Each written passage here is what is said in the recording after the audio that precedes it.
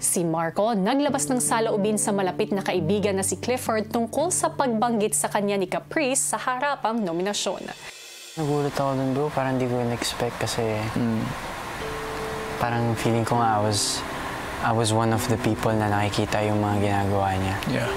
But then it's the other way around. Yeah. Talk to her. Tell her how you feel at the same time. Para ma-clear niyo yung things up, diba?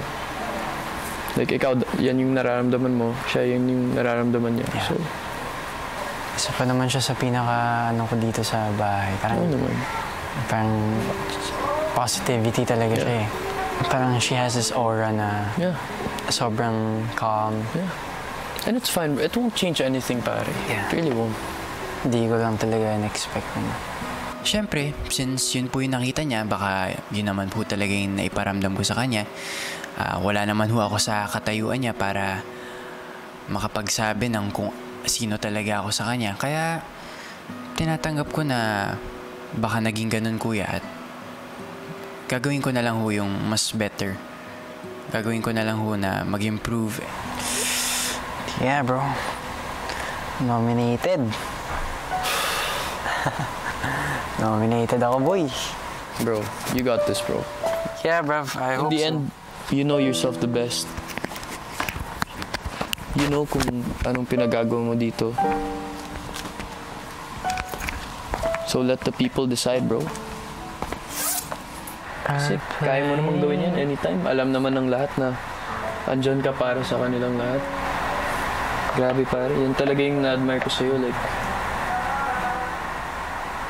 you're really there for everyone. Yeah, bro. Naiisip ko, kuya, na hindi pa ito talaga yung oras eh.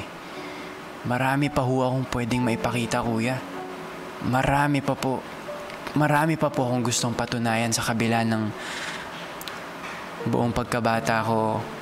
Hanggang ngayon, nasa harapan ho ako ng tao. Ngayon, kuya, gusto kong gawin to para naman sa sarili ko.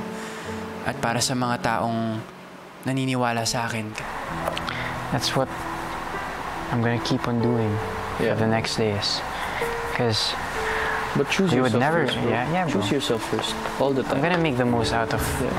Kasi we would never really You're know. not being selfish. You're not being selfish if you put yourself first. But I hope people sees who I actually am. They see it. Alam ko yun. Alam kong nakikita nila yun, bro.